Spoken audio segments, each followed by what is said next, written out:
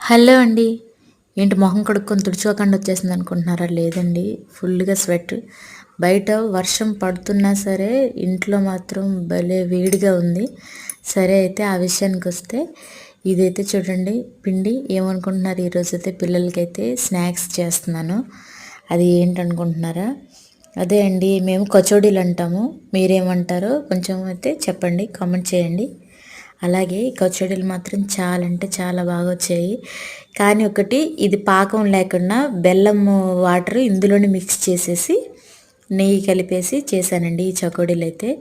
భలే అంటే భలే వచ్చాయి. ఈ ఒక్క పిండి రెసిపీతో 4-5 ఐటమ్స్ అయితే తయారు చేసుకోవచ్చు. మనకు నచ్చిన షేప్లో తయారు చేసుకుంటే అయ్యే 4-5 ఐటమ్స్ అయితే అయిపోతాయి.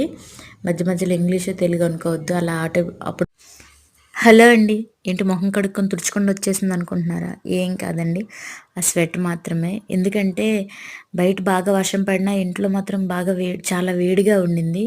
సరే ఆ విషయం వదిలేయండి. ఇప్పుడు దీంట్లోకి వచ్చేద్దాము. నేను ఇప్పుడు ఏం చేస్తున్నానండి ఇది. ఏంటండి, గోరంత పని కూడా కొండంత చూపిస్తారంటారు కదా! అలా ఈ చిన్న చిన్న స్నాక్స్ కూడా ఏదో పెద్ద విడ్డూరంలాగా అలా చేయాలి ఇలా చేయాలి అని చెప్తా ఉంటారు. హెవీ ఐటెంలా అనుకుంటారు. నాకు అలా ఉండదండి. ఎందుకంటే నేను కొంచెం చాలా సింపుల్గా అయితే చేసేస్తాను. ఏ ఏ స్నాక్స్ అయినా సరే నాకు సింపుల్గానే ఉంటుంది. అందుకే మ్యాక్సిమం ఇంట్లోనే చేస్తాను. అలాగే ఇది అదే పాకం కాకుండా బెల్లం వాటర్ ఈ పిండిలోనే మిక్స్ చేసేసి అయితే చేశాను. వీటిని